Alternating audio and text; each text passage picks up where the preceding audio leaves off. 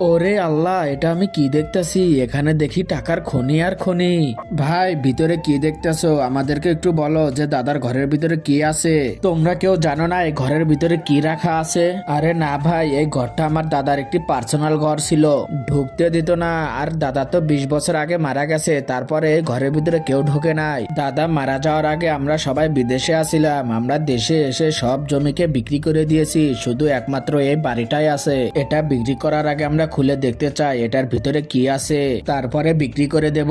এটার ভিতরে ময়লা আবর্জনা পড়ে আছে, আমি তোমাদেরকে এখনই খুলে দেখাচ্ছি। তার আগে তোমরা যারা আল্লাহকে ভালোবাসো তারা ভিডিওতে একটি লাইক করে চ্যানেলটিকে সাবস্ক্রাইব করবা, আর যদি না করো তাহলে ভাববো তুমি আল্লাহ তাআলাকে ভালোবাসো না, আর কমেন্টে আই লাভ আল্লাহ লেখো। তারপরে মিস্ত্রি অনেক চালাকি করতে থাকে, কোনোভাবে তালাটা খুলতে চায় না এবং ফাঁকে ফাঁকে দেখতে থাকে, তার কারণ ভিতরে অনেকগুলো সোনা দানা ছিল তার দাদার। আরে ভাই তাড়াতাড়ি খোলো। হ্যাঁ ভাই খুলতেছি। তারপরে সে লোভ না সামলাতে পেরে কি করে সেটা দেখলে তোমরা অবাক হয়ে যাবা। সেটা দেখতে গেলে অবশ্যই কমেন্টে পার্ট 2 লিখতে হবে।